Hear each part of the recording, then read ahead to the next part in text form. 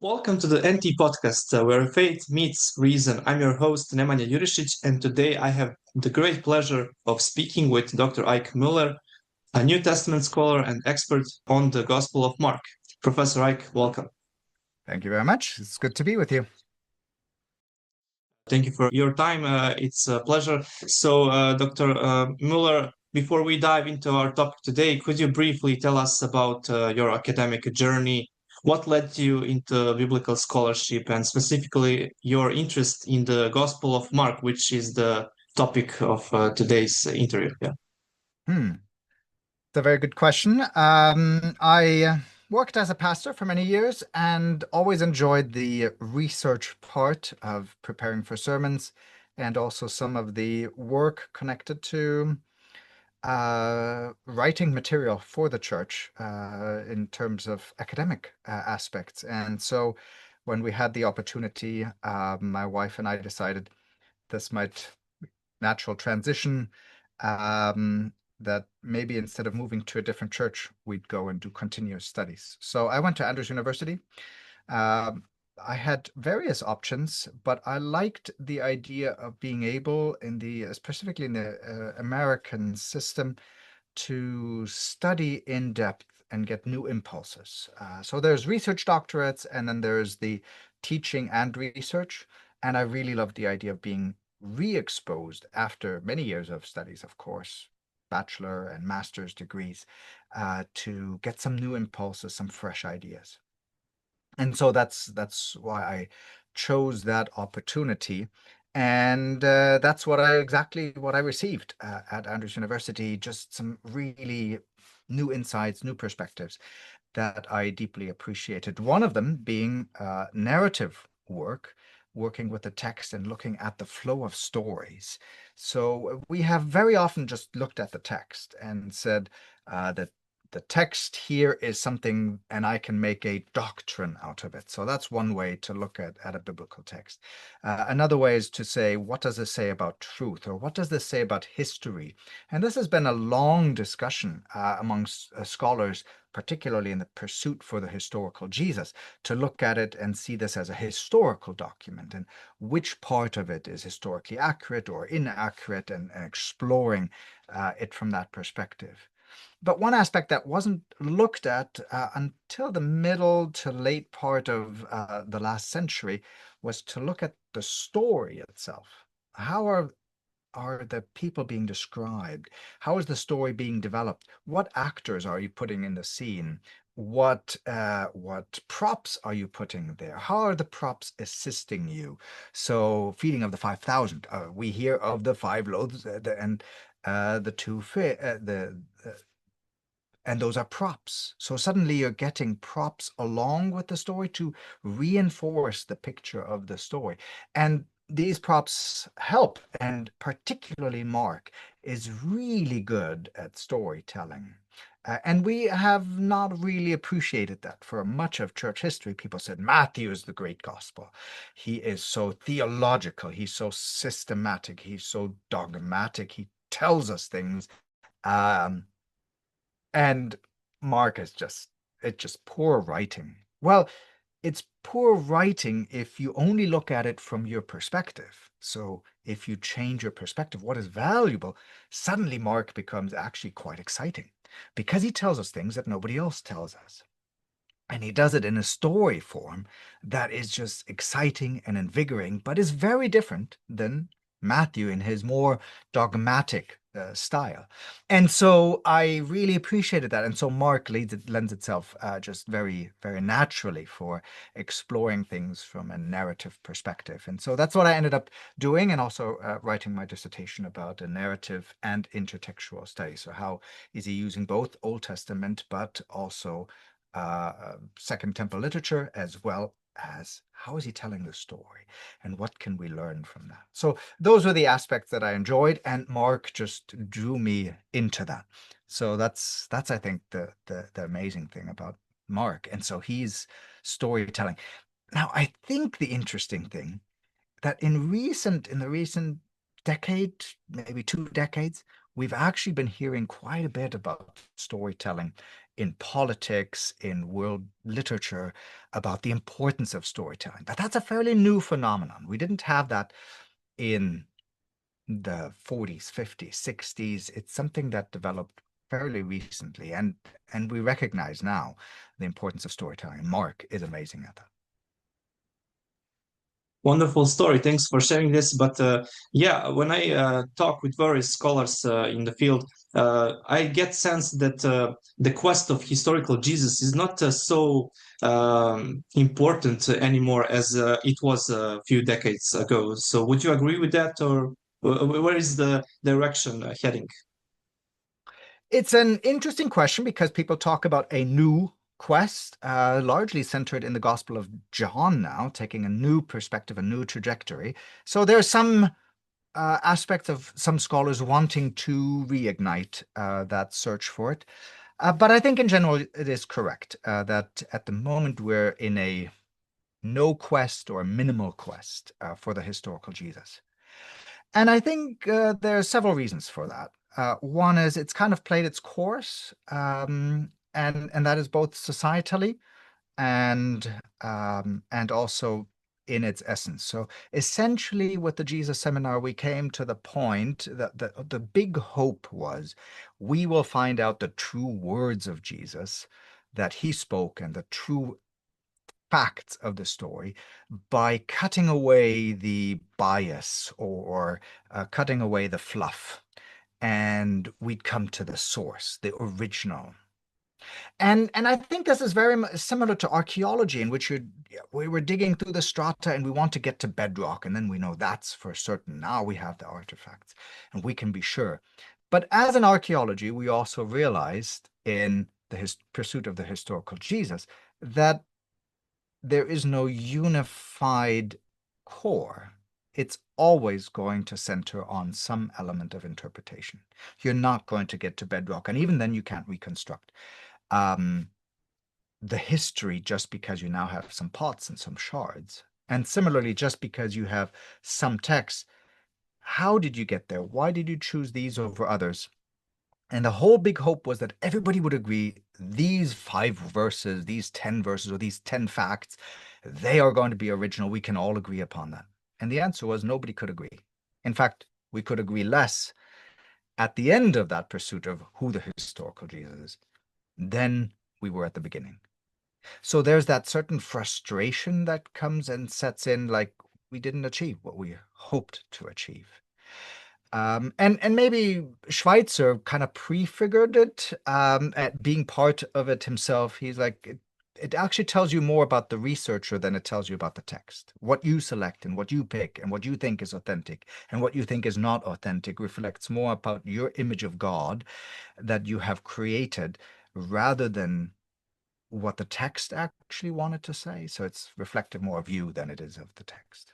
And so he kind of prefigured that part of it, part of the problem himself, part of the solution, but part of the problem. So it never really changed from the statement in the early 20th century that at the end we realize what you pick and choose is actually based on your own premises and vision. And so it's a lot less objective than people hoped for it. And now this comes with the societal shifts that I mentioned earlier. So societally, we were looking for the truth all the way into the 50s, 60s, 70s. So the modern mindset says, I need to have truth and certainty, and I need to have these very verifiable facts. But the postmodern human people, societal shift says, I don't care so much about abstract truth. I don't even know that I accept that there is such a thing as truth. All that I want is it gives me meaning or it doesn't give me meaning. And so the whole question in society shifted from this is knowable fact to this is my version of it, and I'm fine with that. I don't need any more. In fact, I distrust anything more. And so that search for the historic, for that truth, has not been very popular because it's not what we look for anymore. So it's kind of run its course. It ended up with nobody knows anything, and then you're left with just fragments, but nobody agrees on the fragments. It ran its course. There's no more breaking up to do after that. But also, we shifted on to different questions. So that's, I think, the 2 reasons why the quest for the historical Jesus is not as prominent at the moment. There's a question of resurgence in the Gospel of John. But yes, thank you. That's really helpful. And would you agree? I just wonder about this. I heard Matthew Corkman. He said that in Matthew Gospel, 18 chapter, we have that Jesus said, if your brother or neighbor sins, then you should tell him, and after that with witnesses, and after that speak to the assembly, ecclesia, church. So certainly in that time. Church didn't exist, right?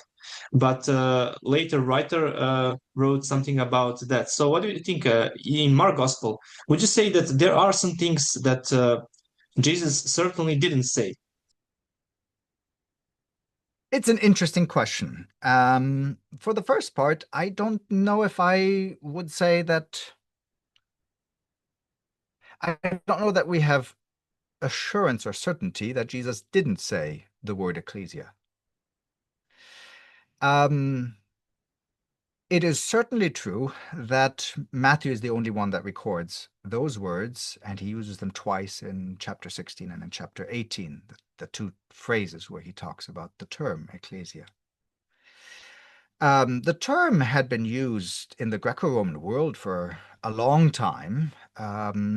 It had shifted meaning multiple times. At the time of the first century, the term does not mean the etymology, so breaking the word up into ek and kaleo, the called out ones. That was no longer what it had originally meant. It was a business term that had been used in the agora, the city center, and people would get together for business meetings. How are we going to tax things? How are we going to deal with the city center? Basically, today's shopping mall where people would come, and it's a marketplace and people are there. And the businessmen would get together and would have certain sets of responsibilities of organizing that space. And that was the ecclesia, the place that makes decisions about how we handle the space that we have. So it was some administrative, political, organizational business rule that they are calling out of a community.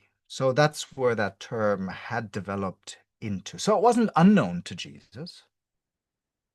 If he spoke Greek, it wasn't unknown to Jesus. Because that was what people were doing. That's what people were having, meetings. That happened as much then as it happens today. Lots of meetings. So in that sense, did Jesus certainly not use it? What Jesus certainly didn't think of was what we attribute to ecclesia or church. So we think of it as the edifice of a cathedral or a church building, and there's different shapes and forms of it, whether you're in the Orthodox tradition or in the Adventist tradition or in the Catholic tradition. We shape them differently. We call the building the church. Jesus didn't have any of those buildings in mind. Also, the organizational structure that we have today, we don't. Jesus was not thinking of whatever a papal system or a bishop system or a system in which I'm at home in the Adventist system, in the Seventh-day Adventist. Jesus was not thinking of a body like that. Does that not mean he didn't believe in or have an idea of that his believers would carry on a message into the future, whatever form that would take? And I would say, I think he had a vision beyond, and I think there's multiple places in the Gospel of Matthew where he had a vision beyond his own life and his death.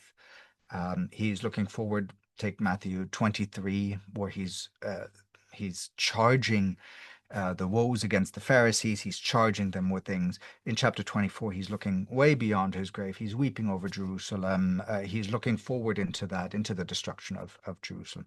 Does Jesus not have a perspective of what will happen afterwards? I'm not sure that I would say Jesus would, and so I'm not troubled by those terms. In the Gospel of Mark, we don't have any. Mark's language is simpler, and so we don't have specific terms that stick out and say that's certainly not how it would have gone down. Certainly, Mark is telling a story, and there are some terms that he uses frequently. So as he's telling the story, he uses the term immediately. It's one of his favorite terms. It occurs over 150 times in his gospel, that everything is always happening immediately. If we were to categorize the different gospel authors, Mark would be the movie script writer. He's writing something that with dramatic illustrations on the side, little notes that he inserts like a redactor or like a script writer would do. The actor's gonna come in from the right side, or he's gonna come in from the left side, or speak with a loud voice. That you would find in a movie script. And in some ways, that's exactly the style that Mark has. And so he says, and immediately this is happening, and immediately that's happening. While there would have been some time between those. It's not instantaneous. So that's the use of language. And in some ways, we all have our own style and our own language that we use. And that's Mark's use, in which he is so excited to move the story forward that things happen immediately. So I don't take those things, for example, as very literate. He'll say, and immediately they were on the other side of the road, on the other side of the lake. Well, that isn't instantaneously in the sense of teleportation. That's not what is happening. He's just moving the story along, and that's a phrase he uses. And I think that is amazing to just see how each storyteller, each of the Gospels, has its very unique style. John will talk about the signs and repeat that whole idea of signs. Mark will have this urgency about him. Matthew will have some of these very deep theological terms that we now say, well, are these overladen? Is that looking back on the story? So each of them has their own style. And in some ways, I think that's so reflective of who God is, that God speaks to people and through people. And we pick up on different things that are close to our heart, and then we share those things. Fascinating, Dr. Ike. Thank you again. And can you just comment on background of Mark Gospel? Who wrote it and when? What do scholars generally believe, and what do you believe about that topic? So then we can cover other questions that are connected to this. Well, nobody was there, so we don't know in some ways. And surprisingly, the story begins and doesn't say much. And maybe that's kind of the first surprise. When we get to the epistles, so when we get to Paul or John or Peter, then we get to some fascinating things. We always get a nice introduction. We get, this is who wrote it, and this is the church that I'm sending it to. And we get this whole, the addressee and this is where it's going. And everything is settled and clear. Certainly scholars still have some questions here and there, but in general, we have a clear introduction. Even with Luke, he introduces himself and he says, I'm writing this and I'm writing it to Theophilus. And so we get an introduction. But Matthew and Mark are fascinating because they don't tell us. They just begin. And this absence triggers curiosity. Who wrote it, and when did they write it, and what are the circumstances, and we want to know. But Mark doesn't care. Right? He begins and he says, the beginning of the gospel of Jesus Christ, the Son of God. There's no reference to who it is. So the titles, much like the Psalms, by the way, are added later on. And so we have to trust church history, that they're correct or incorrect. And now we make a judgment call about church history and the early church fathers. Are they correct in their attributing this to Mark as we have it? So the heading that we have, that is different. How do we know? Because we have all kinds of different headings. Particularly in the Gospel of Matthew is a very nice example where we have the Gospel according to Mark or Matthew, or Matthew's Gospel, or the titles vary. They all kind of describe Matthew as the author of a Gospel, but the titles vary dramatically. Sometimes gospel is left out completely and just according to Matthew. So these early manuscripts have a variety of different things. Once you get to the text, it's very precise. But the introduction, the heading, well, that was added later, and so it's a little fluid. And the same is true of Mark. So the first thing maybe to recognize is that Mark doesn't care that we identify him as the text isn't based on that. It is not the story of Mark. It is the story of Jesus. And maybe calibrating that for ourselves as we read the scripture to say, hey, it's less about who, it is more about the content. This is Jesus. This is the story of Jesus. And so there's no mention anywhere in the book whatsoever that this is Mark. Some have said, well, maybe there's this figure that appears there, the young lad that steals himself away, barely clothed, in the Gethsemane scene. Maybe that's the author trying to place himself into the story, because otherwise it's a cryptic reference to something that seems to not lead anywhere. As some people have said the same about Matthew, the story of Levi is told with a little more detail, and so Matthew must be the Levi, and so that's where the story comes from. But ultimately, these are inconclusive. What tells us about the origin is the early church fathers. And one of the most famous passages is found in the early 2nd century by Papias, although cited much later by Eusebius, in which Papias attributed to the elder, so we already have 3 removed, Eusebius, Papias, elder, that he has it from his word that Mark took this and was recipient to Peter's storytelling. So that this would essentially be the story of Peter, a sermon in many ways, a sermon of Peter that Mark penned down. And I have no objection to that. There's no reason why I should object to that. There's no credible evidence. Now, some dispute and say, well, Papias is not always the most truthful. He also isn't quite happy about the style of it. He doesn't like that it isn't like as organized in his perspective as Matthew. And that comes back to the storytelling. The storytelling is more storytelling rather than here is dogma. Here is fundamental beliefs. Here is one section after the next. So it is more loose. It is more the storytelling. Some have said it's narrative Christology. It's storytelling rather than... And so the early church did not appreciate it quite at the same level as Matthew, and the comments reflect that. Does that invalidate all of the statements about it? I'm not sure. And I don't think it's necessary to critique that. In general, it has been accepted. There are some reasons why that's a good suggestion. For one, there's inside knowledge, for example, about the scene of Peter's denial that seemed to be very detailed information that would come from Peter himself. And the prominence of Peter at the turning point of the gospel in chapter 8 is also Peter would have remembered these things. So it's very plausible. That Mark is listed. Mark is not one of the eyewitnesses. You would normally want an eyewitness to be the gospel that you present and that you preserve. That Mark is a follower later on and would have been too young to be a witness to these things most likely. And he's joining. We hear of his story with Paul and Barnabas later on, and some of his failings. He doesn't come across as this amazing person that we must listen to. It would have been easier to have the gospel according to Apollos. That was a famous preacher of the time. Here is the word from a famous person. John Mark doesn't feature that significantly.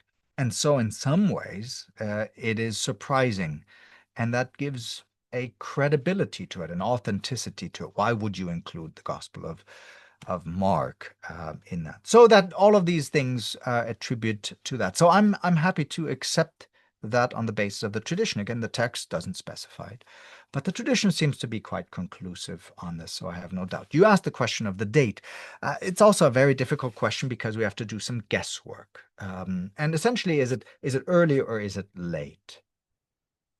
And maybe the difference is between writing and oral transmission. When did Mark write it versus when did Peter tell it to him? Now, if Peter is really the voice behind it, then it must be in his lifetime. So that would be because he becomes a martyr, it would have to be fairly early. Does that mean Mark writes it immediately? Now you're looking and analyzing style and you're comparing it to the others. We're getting into the synoptic problem and some of the issues there. The result being that many people say probably Mark was earliest of them because he's shorter and it would have been more natural to expand than it would be to contract.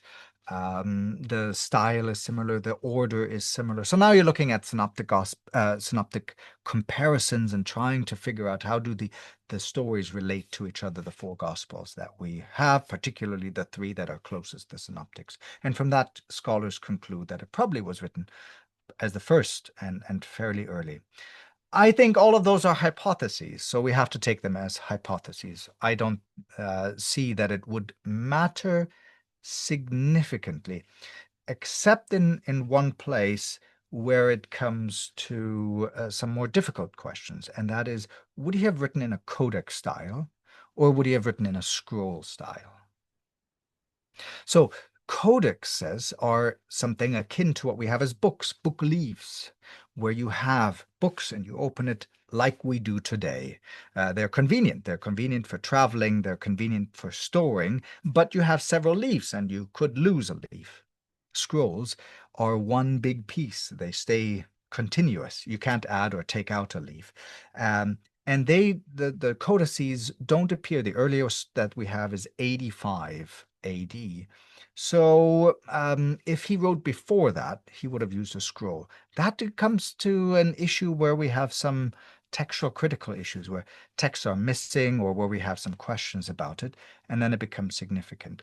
I generally think that probably this was written quite early, and so he would have used a scroll to write down these passages, and he would have probably connected quite early with the story that Peter had shared with him.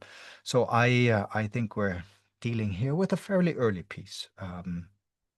But again, some hypotheses are included there and a lot of history and correlating and the synoptic problem, which is complicated. And I'm not sure that I agree with all the premises at all times, but an early document probably. 50s, 60s, somewhere in there. Amazing. Thank you so much. And what about ending of Mark? There is a debate. Was it shorter or longer ending? So, or even do we have an ending of Mark? Because some scholars would say we lost it just. So we're getting into the ending before we get into the beginning? Is that what we're doing? Yes. There are some scholars that are arguing for a reverse reading. And so Richard Hayes into a that it's not a wrong question to have. Let's look at the ending.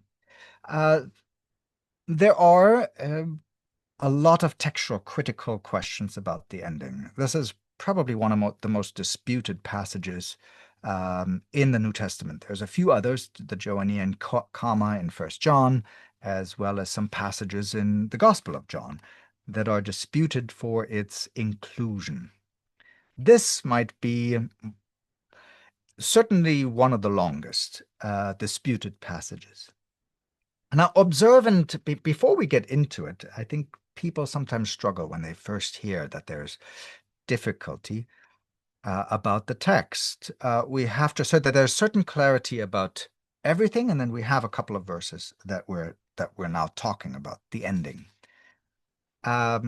And most Bibles at this point will probably have a footnote. So I have my Bible here, but I think pretty much all Bibles at this point include a footnote. So on mine it says here after 16:8 in Mark, it says some of the earliest manuscripts do not include 16:9 to 20. And then it has a footnote, and then there's a whole little passage at the bottom. And your Bible will most likely, whoever's listening to this, will most likely have a reference to this as well. In Serbia, we don't have that footnote because our translation is from, I think, 19th century. So, yeah, we use old versions. Okay, so then looking at some other languages or some translations, you'll find this inserted here. So let's have a discussion about it. The fascinating and troublesome thing is that we have absolute clarity up to verse 8. And after verse 8, it becomes complicated. Some manuscripts end there. Some have a longer ending. That's how it's called. So this is the short ending, saying at 16:8 the passage ends. The gospel ends and closes. Then there is a longer ending. Then there's the freer logion, and then there's an intermediate. So there are at least 3 significant different endings with multiple different verses. And then there's one that has nothing. So we generally talk about 4 options, though even there's a little bit of diversity between the various manuscripts. For example, the freer Logan in the Washingtonian manuscript. So what happened to the ending that we now have 4 options, and what does it mean, and how does it impact? Well, the passage itself has an interesting conundrum. So if you read up to verse 16:8, you have the story of the resurrection. The women run to the tomb and they don't see Jesus. This is not the John story where we have Mary Magdalene meeting the gardener. No, this is the women arrive early at the first day of the week, the Sunday. They arrive, the sun has risen, they run to the tomb, they say to another, "How are we going to get inside? There's the tomb. There's going to be a big rock rolled in front of the tomb. How are we going to get inside?" And as they get there, the tomb has been rolled open, and there's a angel, a young man sitting in white, and he says, "Don't be alarmed. Jesus of Nazareth has risen. He's not here. See the place where he laid him? It's empty.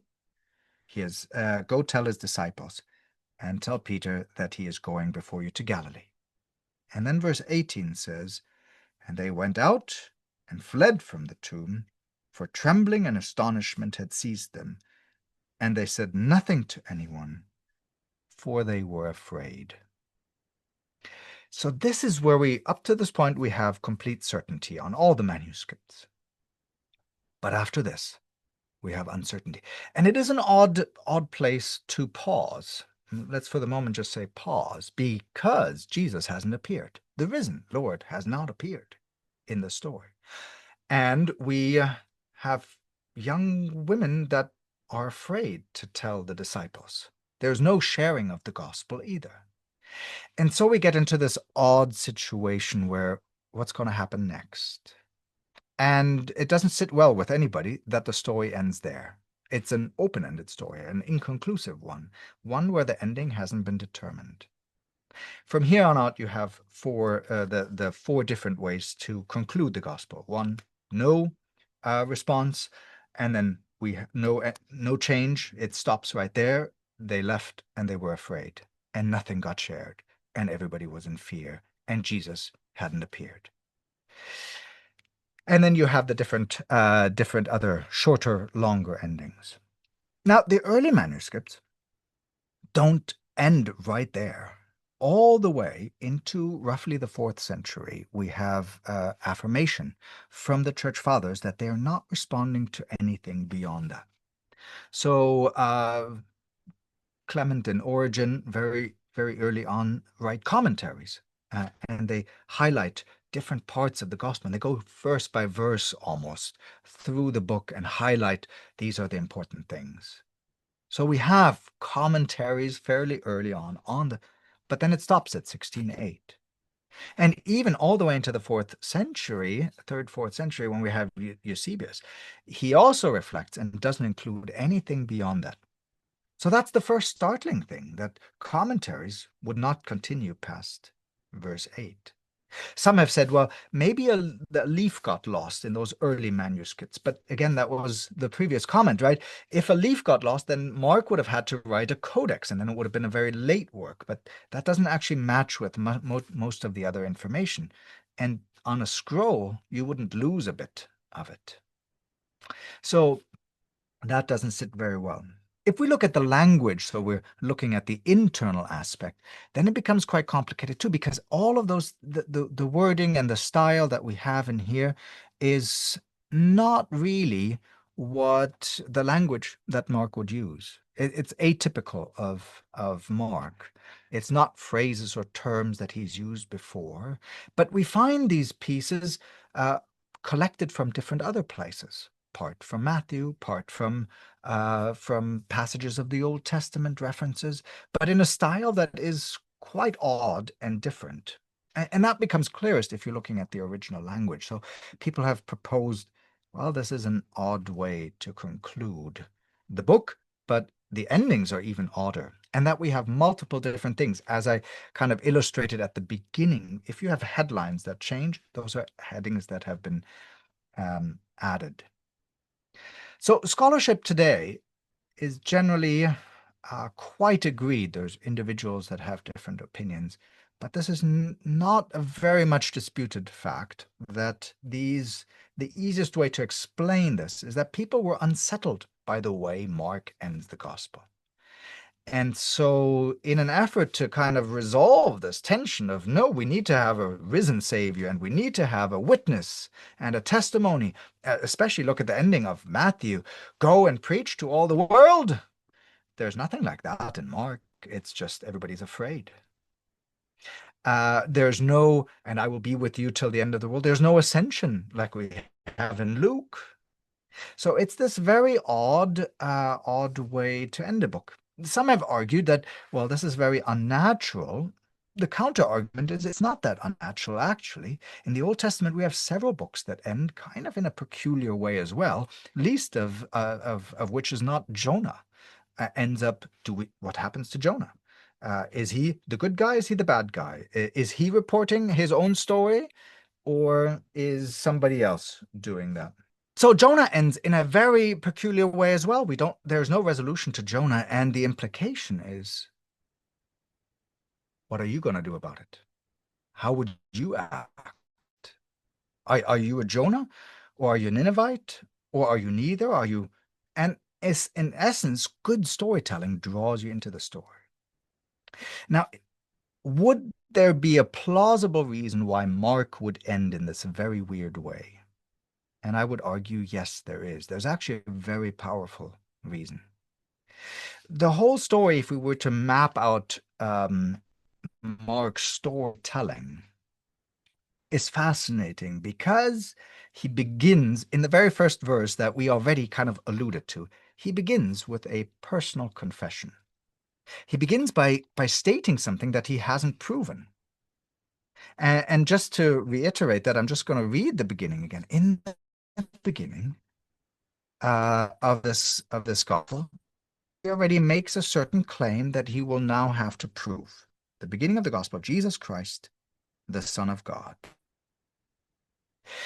That is an insert right from the beginning. I told you about the notes, essentially, that the script writer has put in. This is what's happening, this is the story form, this is the manuscript, but here's some side notes. And this is one of those side notes in which the author makes a confession. It's a very confessional statement.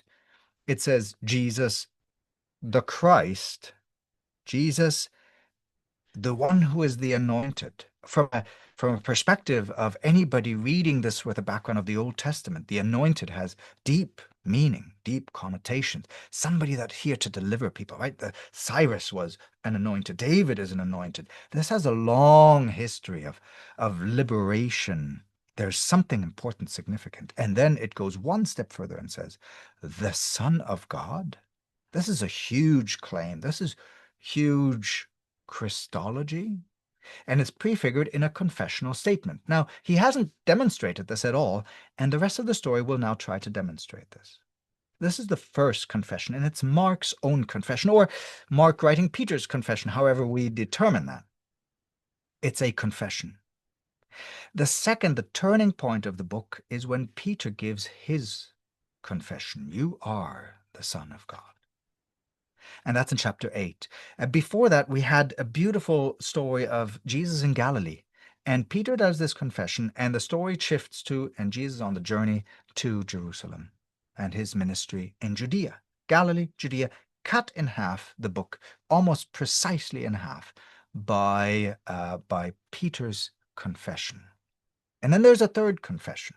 And we find that at the cross, and we have this perspective from a pagan, from an outside person, the centurion at the cross, who says, "This must have been a son of the gods." And he makes this personal confession. And we struggle. Does he think completely in the Hebrew sense of the Son of God? Is he already think, or is it he's using an indeterminate? Is this still from a Roman pagan perspective? Either way, this is a huge confessional moment that this person dying here is different than anybody he's ever seen. It's a huge statement. And it must have felt so close to the audience, which is probably, this is written in Rome.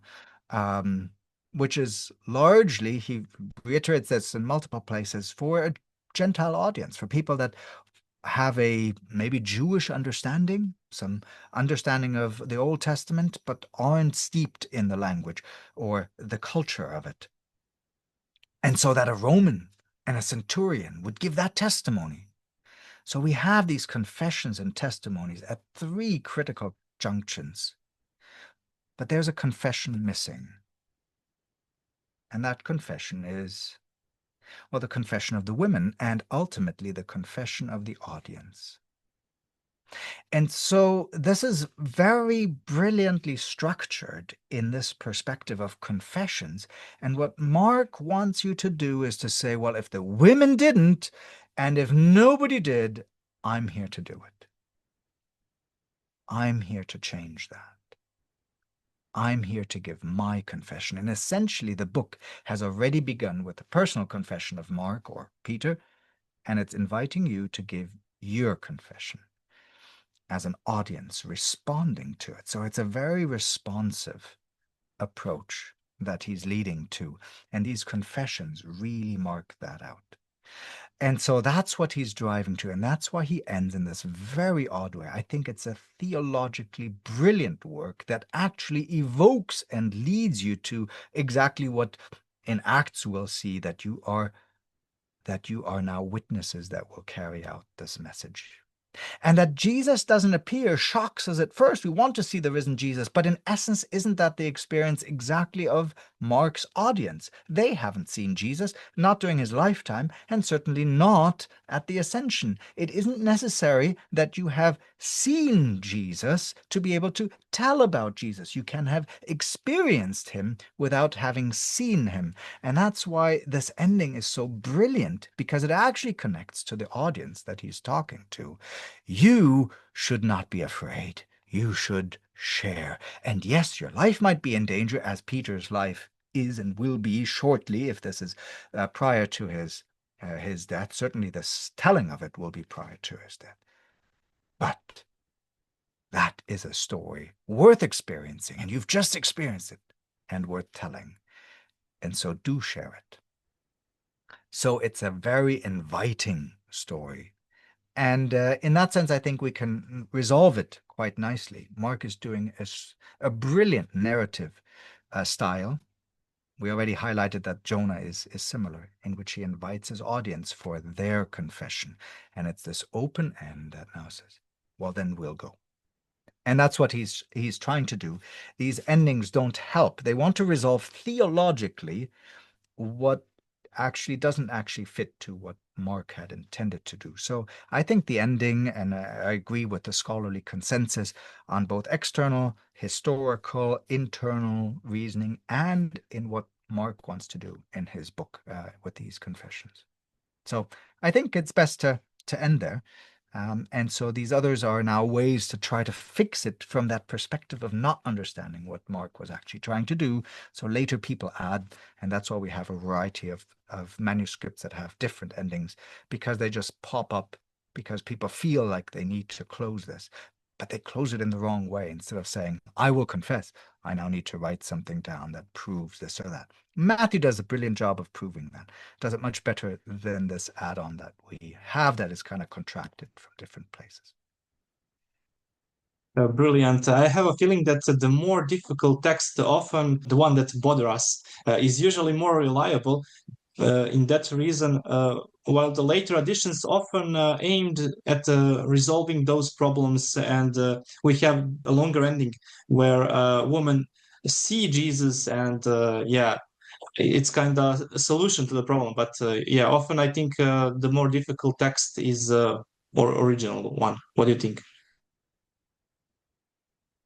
Generally, that's what one of the criteria of authenticity that we say. It's more likely that people try to resolve tension than it is to tension.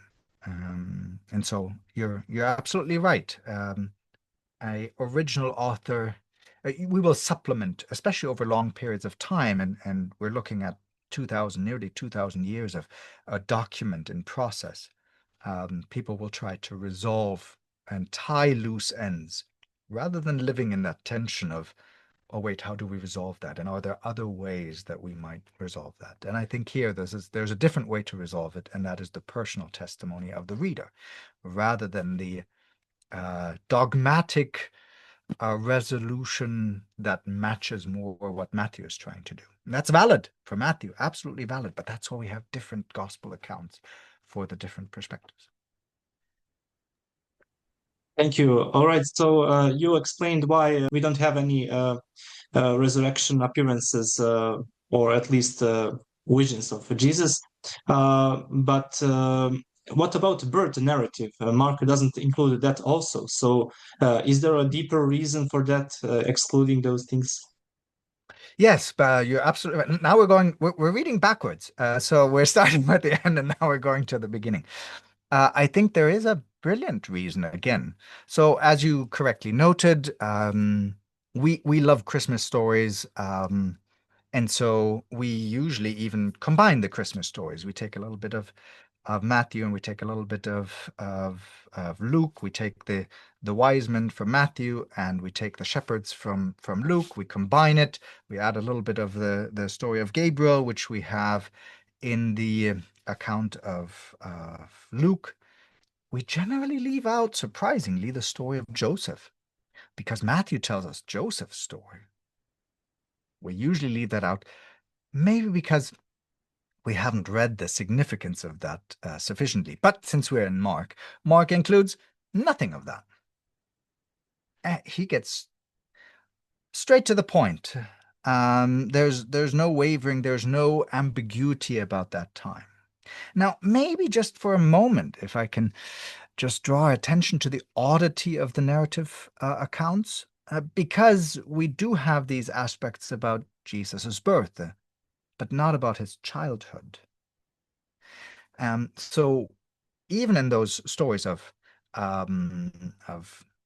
Luke and Matthew, we have this short, brief perspective of, oh, this is what happens before the birth and into the birth of Jesus.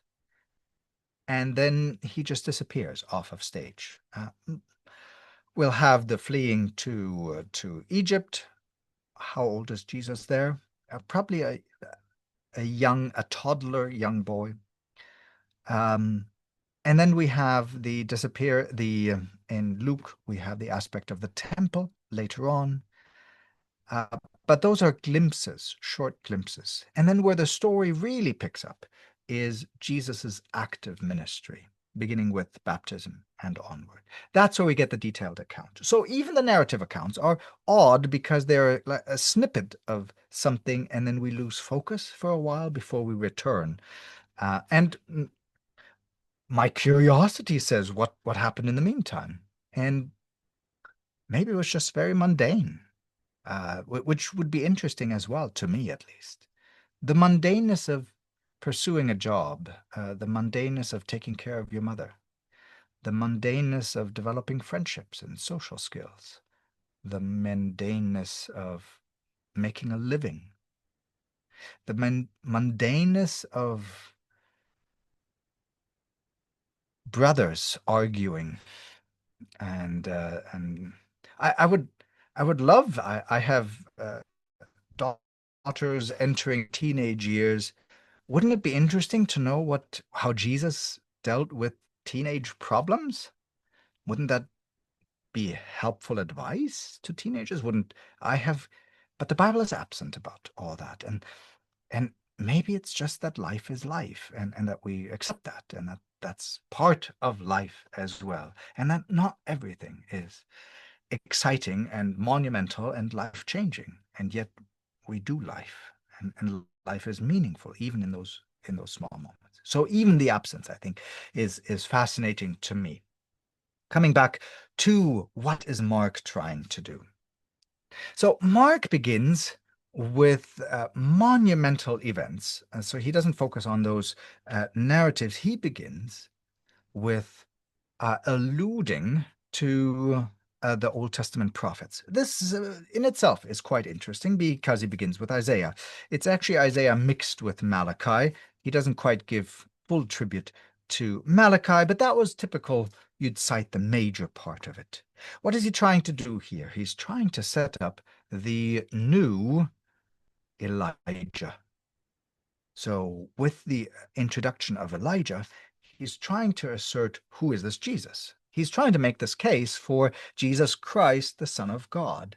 And how can he demonstrate that? Well, one is by focusing on the prophecy that prefigures that, and that is John the Baptist. So we actually get a very detailed perspective of John, in many ways more detailed than in other places, more picturesque. And again, this is the storytelling. Mark tells us a whole lot more details, even though he's a shorter gospel than the others. He'll tell us that the grass was green when the feeding of the 5,000 happened. Nobody else tells us that. He likes to add these things. He likes to add the perspective of how John was dressed. Odd thing, we don't know how Jesus was dressed, but we do know how John was dressed. Now we paint Jesus with a white garment and a red sash, but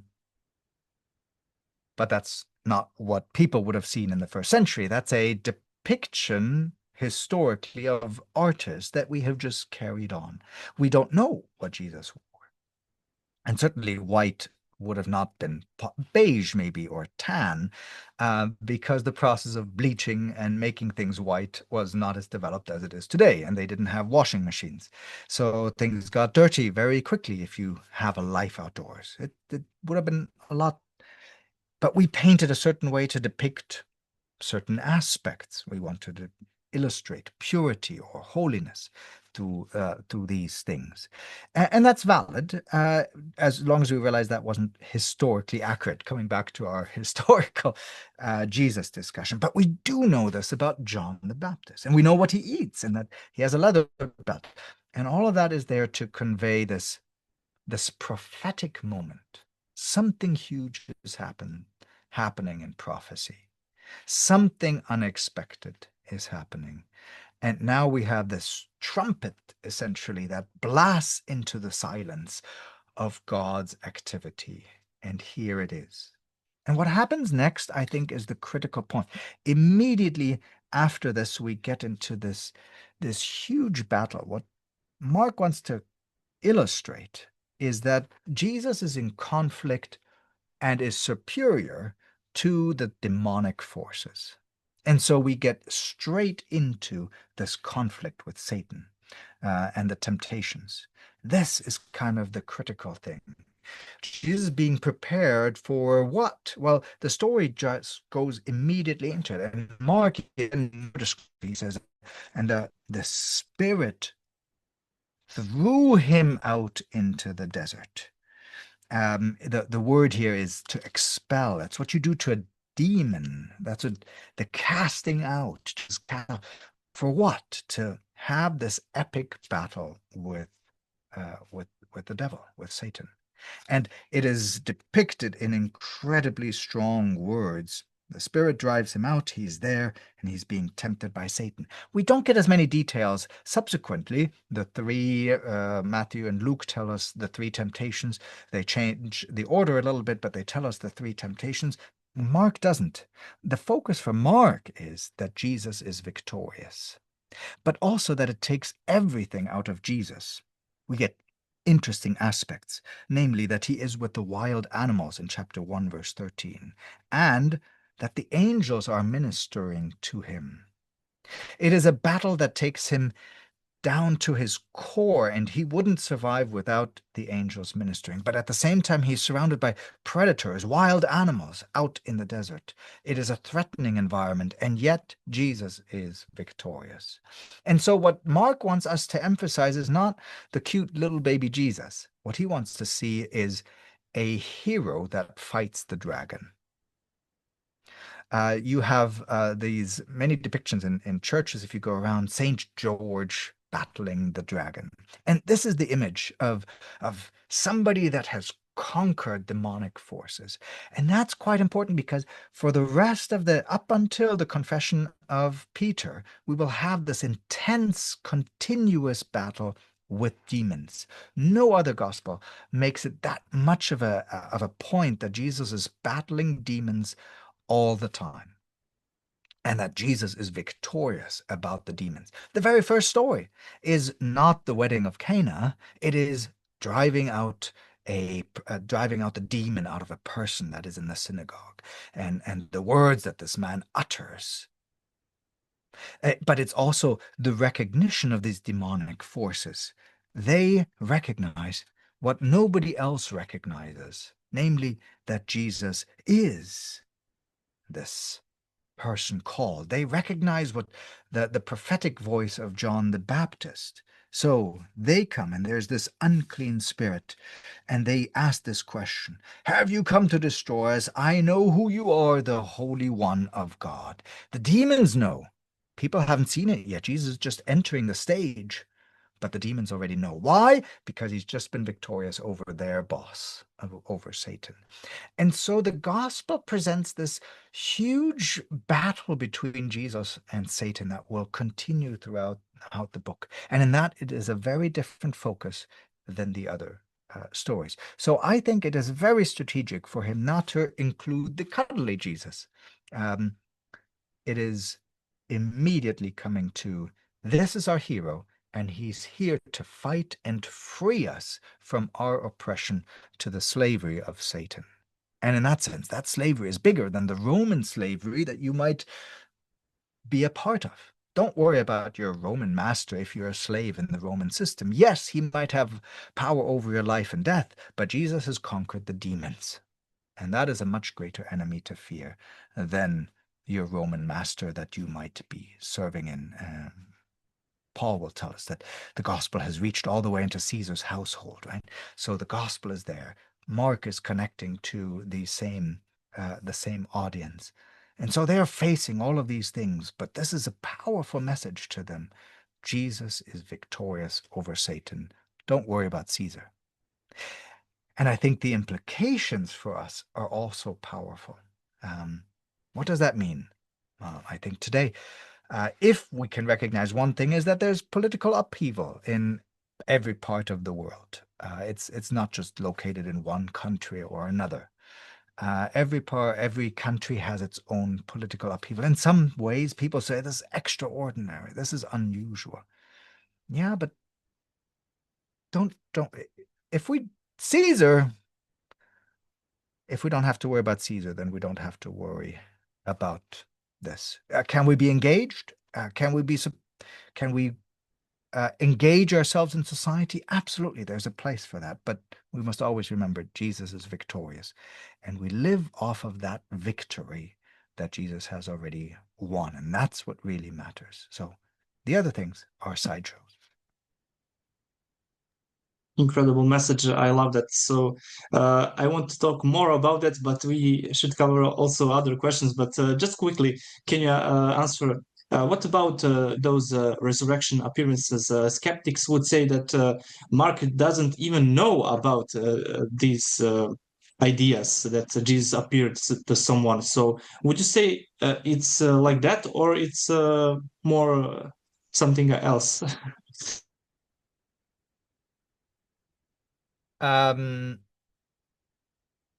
So the absence of something does not necessarily mean that the absence of information does not mean that it didn't happen or that Mark is unaware of it.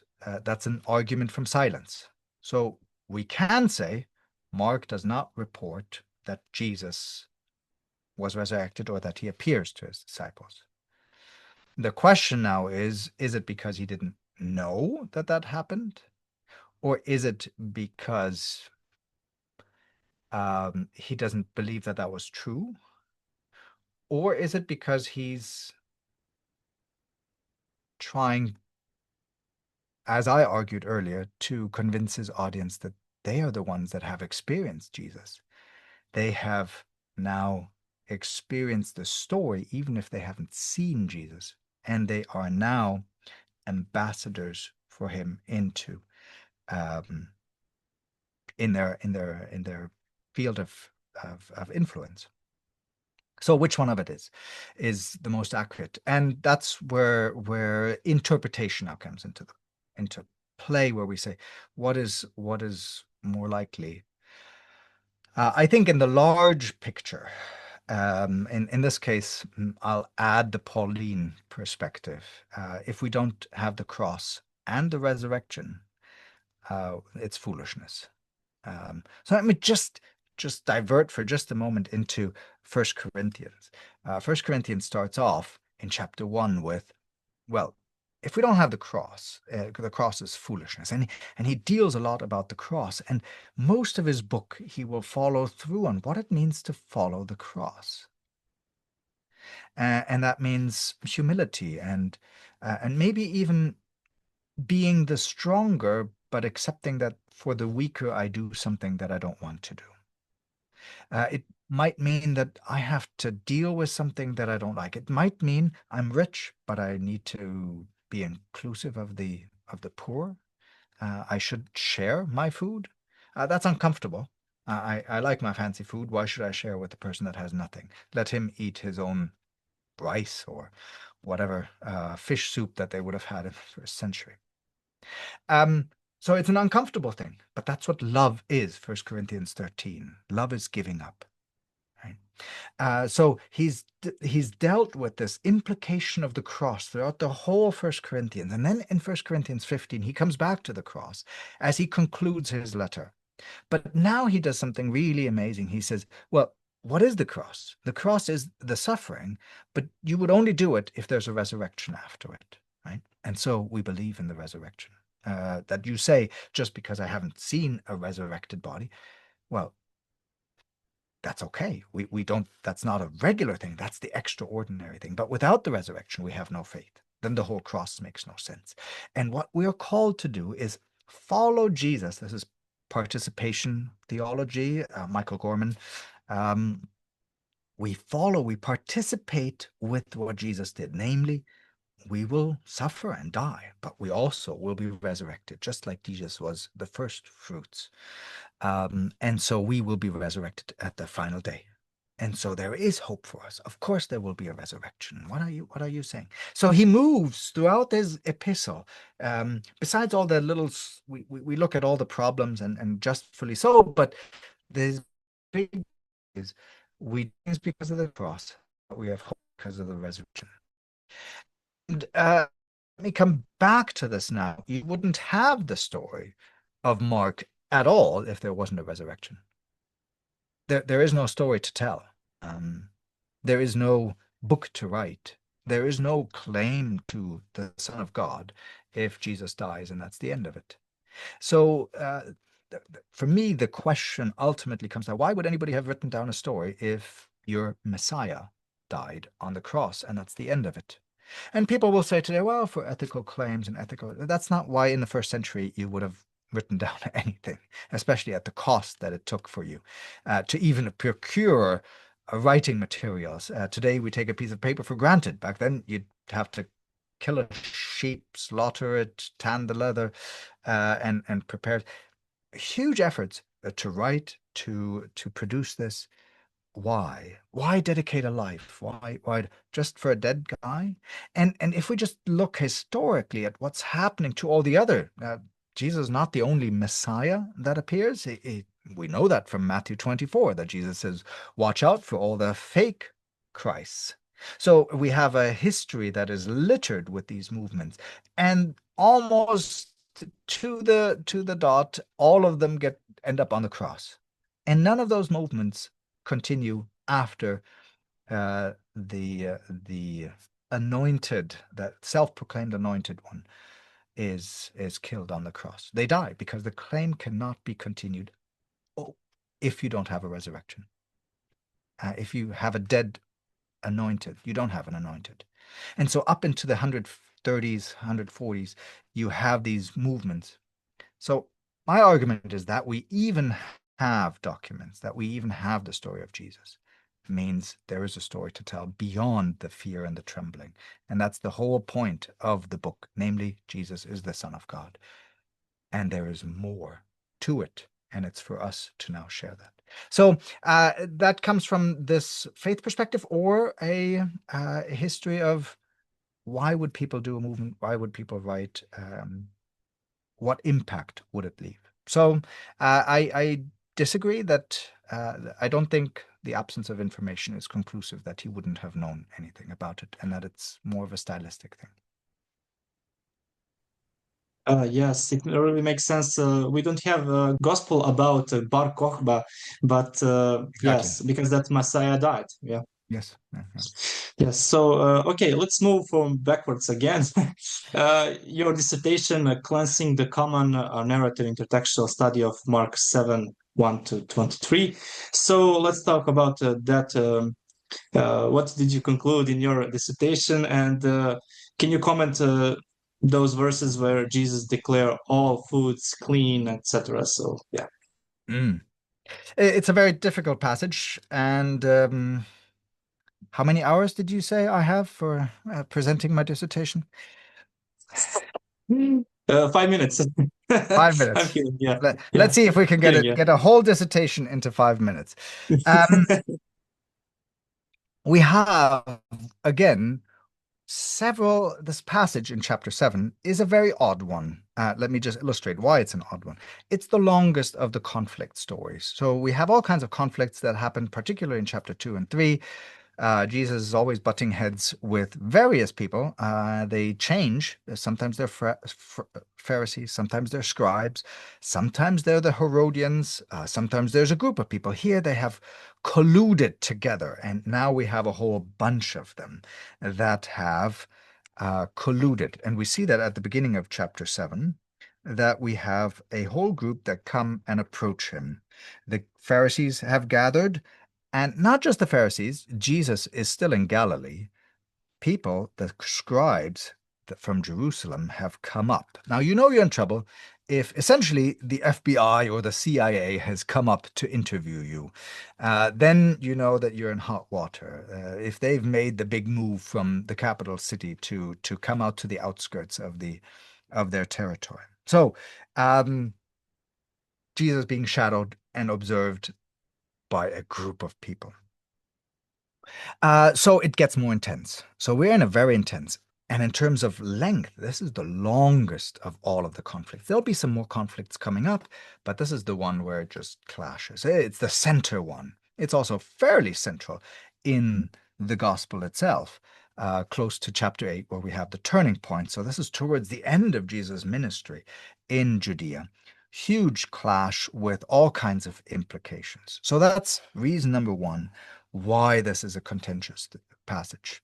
Another reason why this passage is quite peculiar is because these side notes that Mark likes to do, we call them narrative asides, actually increase in this passage. The longest one of all the narrative asides, the little notes on the margin, so to speak, by the author, is here, where he tells us about things that the Jews do. So you'll find that he inserts a little thing about they saw some of the disciples ate with hands that were defiled, that is unwashed. My translation here puts a little bracket, whether it's there or not for you, doesn't matter. It just indicates he's now explaining something, because probably his audience wasn't aware of it. What does it mean to have unwashed hands? And now he explains what it means. And now he has 2 verses of which he describes in detail procedures that the Pharisees and all the Jews do that they and under what circumstances and the exact process. And in fact, it's a very complicated. They do it with their fist, and people have questioned: is that true and not? And what does it actually mean? Does it mean by rolling the fist or a fist full? There's some unclarity about it, but he does give these extra information because probably his audience was unaware of this. An indication that he's not talking to a Jewish audience that would have probably been aware of this. So he has this long insert to explain something to his audience. But then he adds another one, and that's the one that you cited. Jesus declaring all foods clean. And that is also a very peculiar one, because that's not actually what it says. A passage is a participial phrase, meaning there is no subject or verb, it's just a participle. Actually, it only says cleansing all foods. And commentators have wondered for a long, long time, who or what is being cleansed? Who is cleansing? Because the previous antecedent is the toilet or the hole. Is that the thing that cleanses? But there's no literature that supports any cleansing agent of a toilet, modern day equivalent to a toilet. So that is odd. So you'd have to go a couple verses back before you have a subject that makes sense. In this case, Jesus cleansing. And so that's what most translations add to make some sense to this side note. Mark is inserting something to clarify what it means, what Jesus said. And I think it's correct to say that Jesus said this, although there's a lot of dispute about that. And then the big question is cleansing. What, how, why? What is being cleansed? And the reason why this is contentious is because we've just seen in the long section that cleansing is a complicated and weird thing that is not quite easily followed by the audience of Mark. What is cleansed? Why is it cleansed? How is it cleansed? And none of that is really clear. So he adds that phrase. And now, is Mark accurate or is he inaccurate? Does he get what this is about or does he not get what it's about? That's the interesting question. That phrase has been used for a lot of things because it sounds so clear. I think this is a typical thing. This is called proof texting, in which we jump to text that seems so clear. If we take a second look, most of the time, the clearest expressions of something are the least clear. And so if I can just, to the audience listening,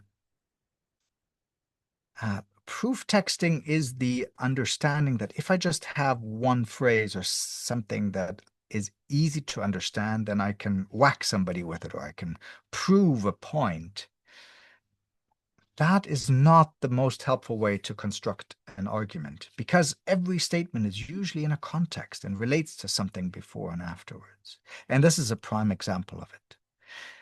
Some have argued for all kinds of implications of this without understanding what's actually happening. So let's unravel a little bit about what's happening.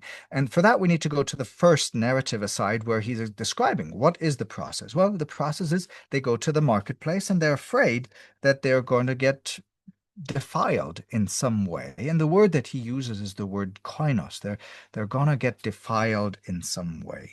And that's their tradition. And so they go to the marketplace, something happens there. They do not eat unless they wash.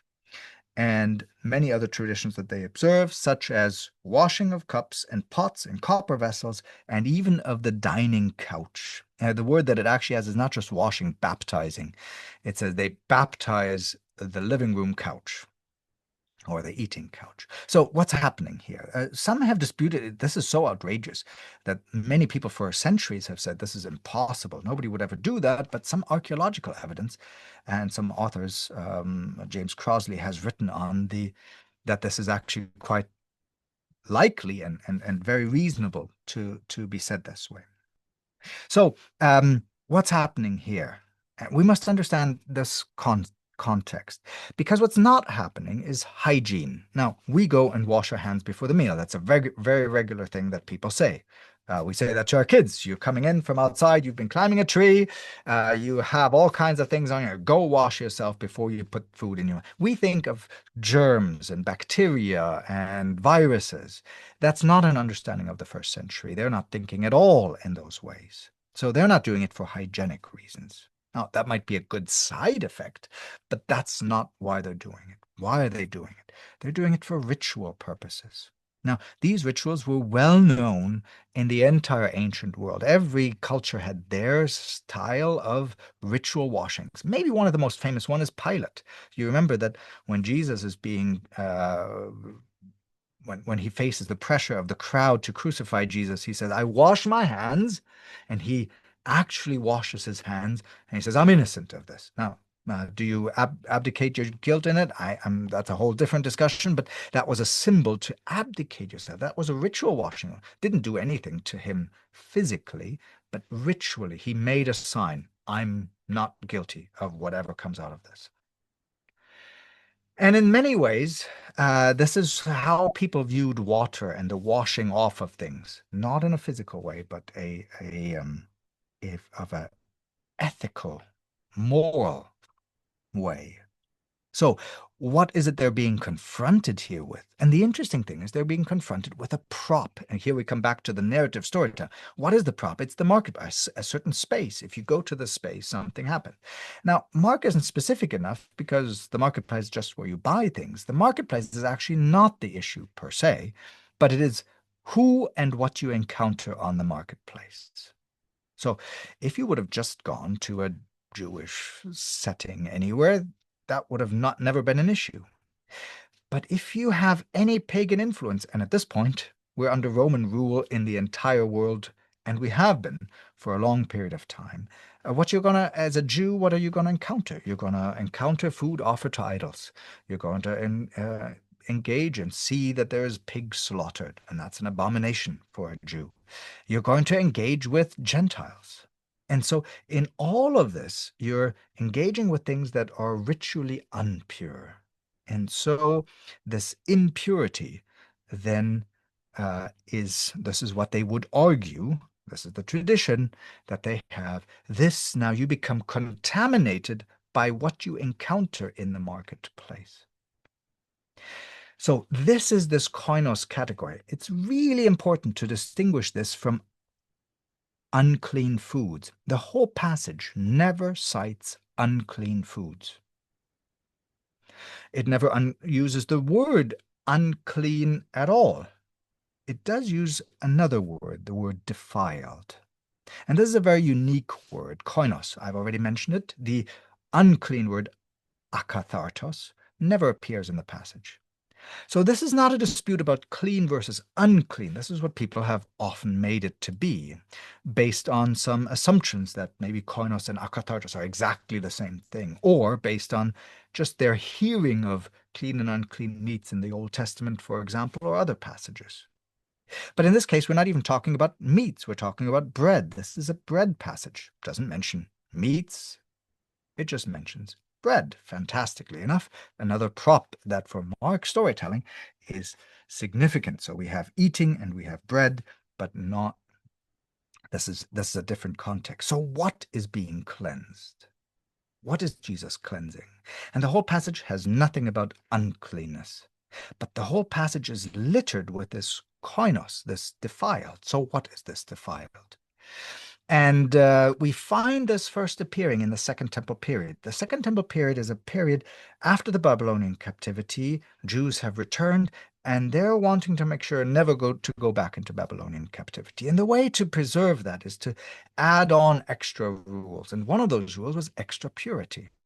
And that means we stay away from additional things. And for this is this koinos category. We encounter it again in Acts chapter 10. You remember the story out of Peter has this vision on the rooftop of a sheet coming down, and in the sheet are all kinds of animals. And God says, kill and eat. And he says, I have never eaten anything clean or defiled. Now, that's an interesting thing. Normally, the text is very clear that it's all kinds of animals. So he should have just been able to take out a sheep. Yes, there are snakes and there's scorpions and whatever you want to put in there, put a dragon or whatever you want to into this. There are pigs and unclean animals, camels, whatever you want. But significantly, there are also clean animals because there are all kinds of animals in there. And so the normal thing would have been for Peter just to go and say, okay, you told me to eat, I'll take a sheep and I'll kill and eat it, or a goat, or a cow, or whatever clean animal there is. And it was in that sheet. Why doesn't he do that? Well, I've never eaten anything unclean, pigs, camels, dragons, or defiled. Now he references exactly the same koinos, and this koinos refers to this category of animals that have come in touch. A pig that has come in touch with a sheep, the pig stays unclean. It never changes its state. But the tradition now said that this sheep, while never being able to become unclean, it is by definition clean. It is now no longer acceptable as food. It has become defiled by touching this. So in this new era of the Second Temple period, we have three categories. We don't have clean and unclean. We have clean, defiled, and unclean. Three categories. The middle category is also unacceptable, not because it's unclean, it is clean, but it is defiled. It has touched, and that touch impurity has transferred and made it defiled. And this is so strong in their mind that they can therefore no longer associate at all with anybody or anything connected to this, defiled. What Jesus is now saying in this whole argument is that you've created a whole new tradition, and that is not the Word of God. The Word of God is very clear. You have clean and unclean. I didn't add a third category. You made that up. Why? God didn't say so. You made it up, and now you're making it a rule for all kinds of other people. And now you're judging my disciples on a rule that you made up. That's not God's words. In fact, you're violating God's word by adding all these extra things. And then he goes into another example. So when Jesus cleanses, what is he cleansing? I will argue that he's cleansing, he's saying this category of koinos, this defiled category that you've created by your tradition, rubbish. It's actually hindering. And what is it hindering? It is hindering your connection with other human beings, your connection to Gentiles. And that's why it's so critical for us to repeat this in Acts 10 and 11, the same usage of the same words, because the disciples didn't get it the first time. And now it is illustrated again. What needs to happen is for you to stop with these purity things that you're adding on top of things. Human beings don't get clean and unclean by being in close proximity to them. Don't be afraid of the Gentile. In fact, you should engage with the Gentile. And so Peter's response is, okay, if there's no koinos category, I can go visit Cornelius. And in this next story, what happens in the next story in Mark? Well, right after this, Jesus goes to Syrophoenicia, and that's where he meets a woman. And this woman has a child, much like the very first story in a synagogue in Judea. Jesus encounters now a woman, but she's a Gentile. Can he touch her? Can he engage with her? Can he heal her child? And he plays the same game that he's just tried to illustrate in abstract. Look, this was you as disciples. Now he's engaging with the disciples, and he's demonstrating, well, your idea would be, no, she can't, because she's not part of the elect. She is a pagan. She is unclean. She is not worthy of it. And yet I will do it anyway. And in fact, Jesus will continue. You think the 5,000, feeding of the 5,000 was just for you? Let me feed 4,000 in pagan territory. And you think healings are only for you? So demon possession, not just for you. Feeding of 5,000, feeding of 4,000.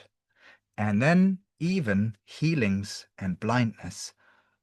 Those are not just for you, they're for all people. So we get into Gentile mission. So there's this shift from Judea into Gentile ministry, exactly at this point where Jesus is discussing this category, because it was this hindrance of the marketplace, we can't be associated. That's abrogating tradition that we add on top of things, false purity, holiness that is not ethical, but is outward. And I think we struggle all in some way with that.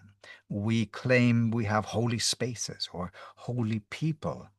That is no longer a New Testament category. And this passage so aptly describes that. And then it needs to be reiterated in Acts 10 and 11, that these ideas that we have, that this is now a holy space and we can know the we're not dealing with temple terminology anymore. We're in the New Testament. Jesus is the replacement to the temple. So we have no holy space. We have space in which Jesus enters and we engage and commune. But that is a household. That is a living room. That's a bedroom. That's God engages with us here. It's a different scenario. And there's no more holy people. The priesthood of the Old Testament is completely gone. And so we sometimes want to carry that over. And then we make implications for men and women and for Gentiles and non-Gentiles, forgetting that we're all Gentiles. And we claim these purity and holiness things based on our tradition. And Jesus here says, your traditions are blocking access that people have to the community. And in fact, it's blocking you from engaging with these people. And that I'm cleansing and getting rid of. Stick to the Word of God and the principles of the Word of God. Don't make up your own stuff. And in that, Jesus is incredibly harsh. Don't make up your own rules. I'm guessing that was a little more than 5 minutes, but I hope that it was. No That you worries. could Yeah, follow. really deep answer. I love it. So let's move backwards once again for our last question about Jesus and his relationship to the Sabbath. In chapters 2 and 3, we have a sense that Jesus almost break the Sabbath. So what do you think on that? Well, that depends on, first of all, what you think of breaking. What is breaking? And the second thing is, what did Jesus do? And the answer is, in this passage, nothing. So the first question is one of breaking. I think Jesus, in other passages in general, let me just talk about the theology. Let's set aside the passage for just one moment. I think Jesus intentionally breaks the direction of the Sabbath. We see that in John all the time, and we see that he's intentionally healing people on the Sabbath. He's out of his way to take that he could just heal on a Sunday.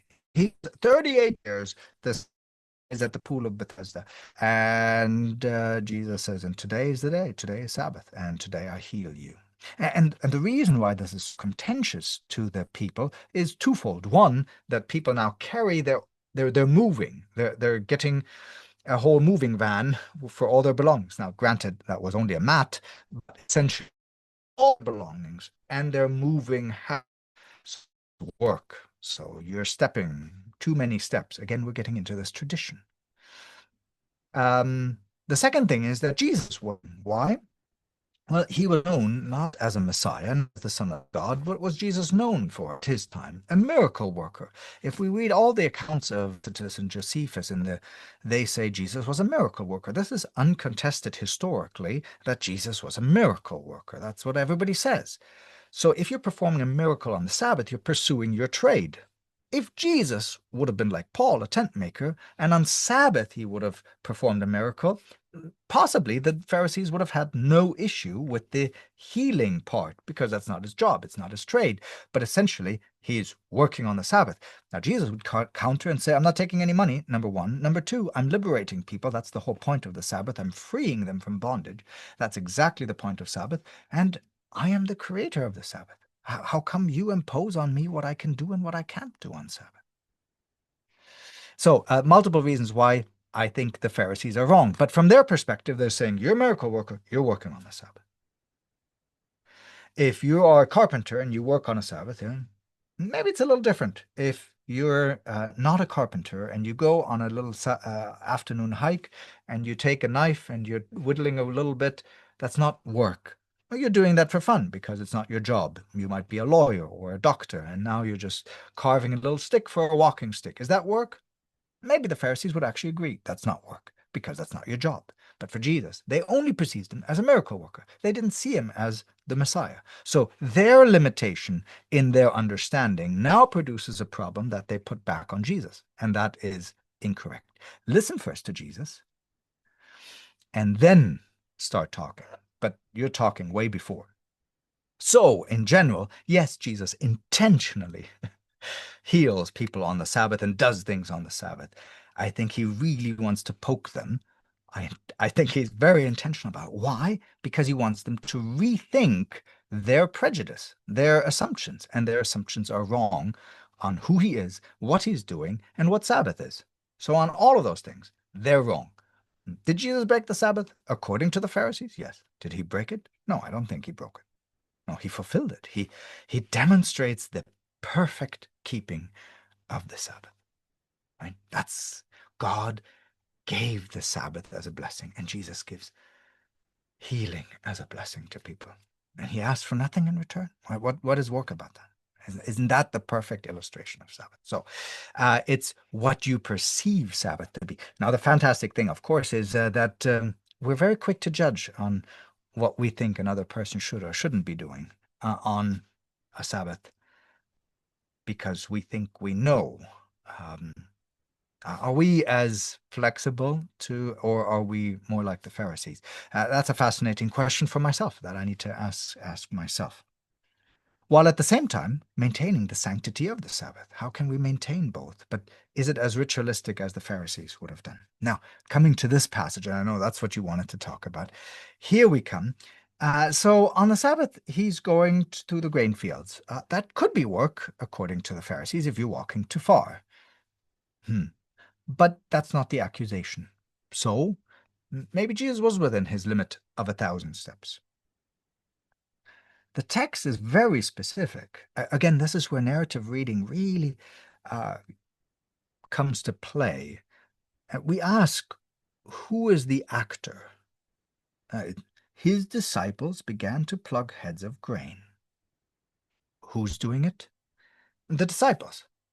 It doesn't say that Jesus and his disciples were doing it. It's his disciples. Now, the question is Mark accurate or not? And I would argue he's generally incredibly accurate. We just saw how accurate he was in telling us about the baptism of couches and all of this stuff and the very intricate detail of these traditions.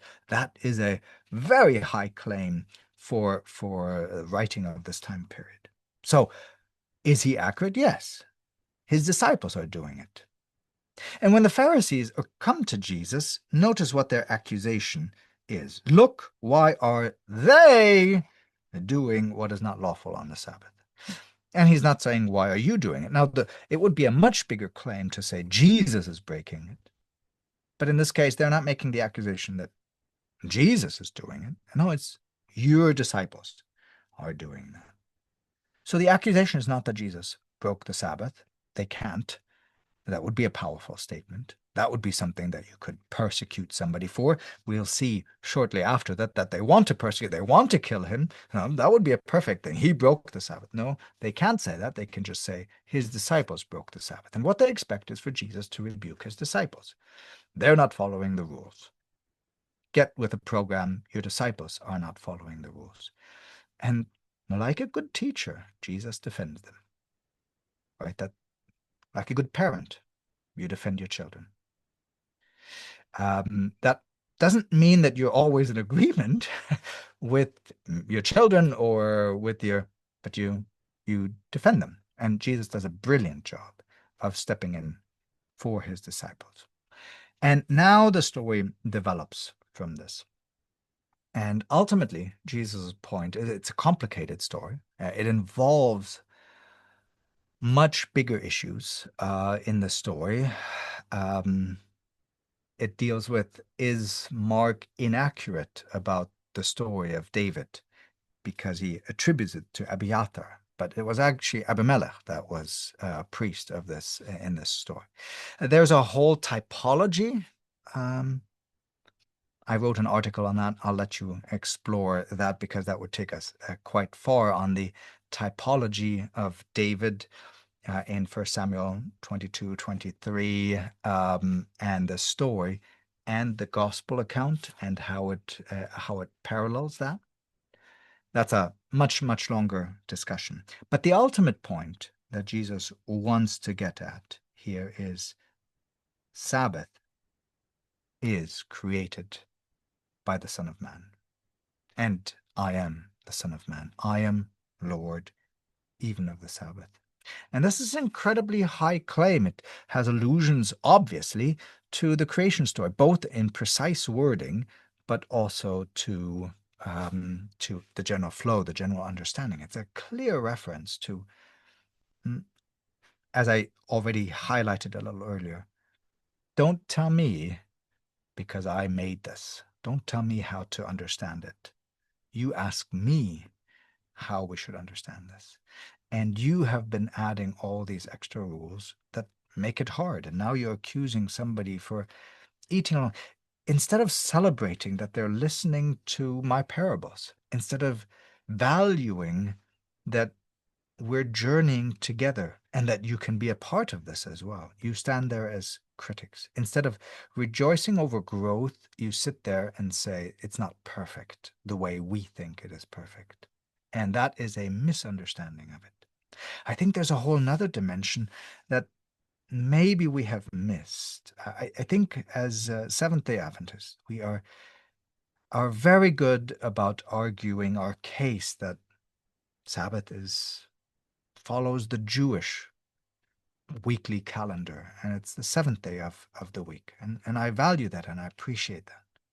But I think we've just moved the day without understanding the significance of what that means, and that there's a much deeper existentialist perspective. What does it mean to live out of this? Jesus is the Lord of my life. What does it mean that Jesus is the Lord of the Sabbath?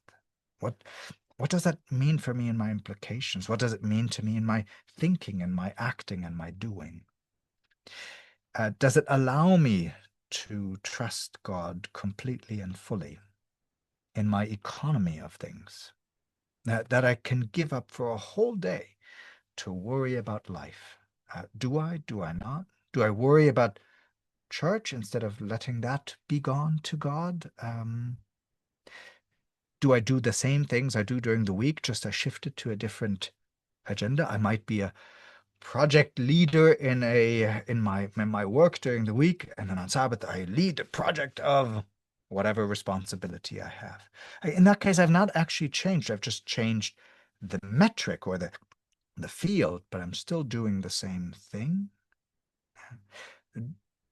Have we reevaluated and fully understood what it means to not follow our own agenda for the Sabbath, but Jesus' agenda? And I'd argue that most people will quickly say, well, I know what Jesus' agenda is, and we'll cite passages in Isaiah and all of that. All of those also have a context, also have a very different meaning. Have we sat down and really thought through that? And have we used the examples of Jesus's actually ministry to reevaluate what Sabbath is for ourselves? And I think there's a much richer dimension that we still yet have to explore. There's a fantastic book that I co-edited, published by the Biblical Research Institute, on the Sabbath in the New Testament. I think at the end it was close to 600 pages of various authors and articles on the Sabbath, exploring and taking a fresh perspective. Is there more for us to learn than just Sabbath isn't Sunday? And I think there is. And I think it would be valuable for us to consider that claim of Jesus counts for us as much as it did for the Pharisees of old. Beautiful. Thank you, Professor Mueller. And what should we do with those statements that Jesus is the Lord of Sabbath? He's in the introduction of Mark. We have also that John is preparing the way of the Yahweh. So we have also in chapter 14 that he rides on the clouds, etc. So many people and our audience loves those questions. Is Jesus really the God of Israel, Yahweh, or is he something like a divine agent? Or yeah, what do you think on those? I want to ask you as a biblical scholar. I will ask this systematic theologians, but I want your answer. Yeah. It's a fascinating question because we come with we come with 2,000 years of baggage discussing that. And particularly the early church discussed the Christology of Jesus immensely. And in many ways, we are recipients of that debate, and we categorize it with our questions. So when we approach it, and as you ask the question, we overlay what does Lord or what does Yahweh or what do these terms mean? We overlay them with our history, the Christian tradition. And we put terms such as immutable there, or what do they mean, and how does, and we add Pelagianism and semi-Pelagianism, Arian, we lay all these layers of Christian history and debate, and those are fascinating. Those are fascinating. As a biblical scholar, my question is, what did it mean to the people of the time, rather than what have we discussed back and forth, and where do you stand on all of these perspectives? So the first thing is that you mentioned Yahweh. That's, of course, a Hebrew word that a Jew would have never pronounced. It's the name of God. You never pronounce the name of God. So they would have abbreviated it and underlaid it with the more casual term Adonai. And so that's where we get some overlay, the way it was read and the way that it was pronounced. Here in the New Testament, we have a completely new term, kurios. That was well known in the ancient world.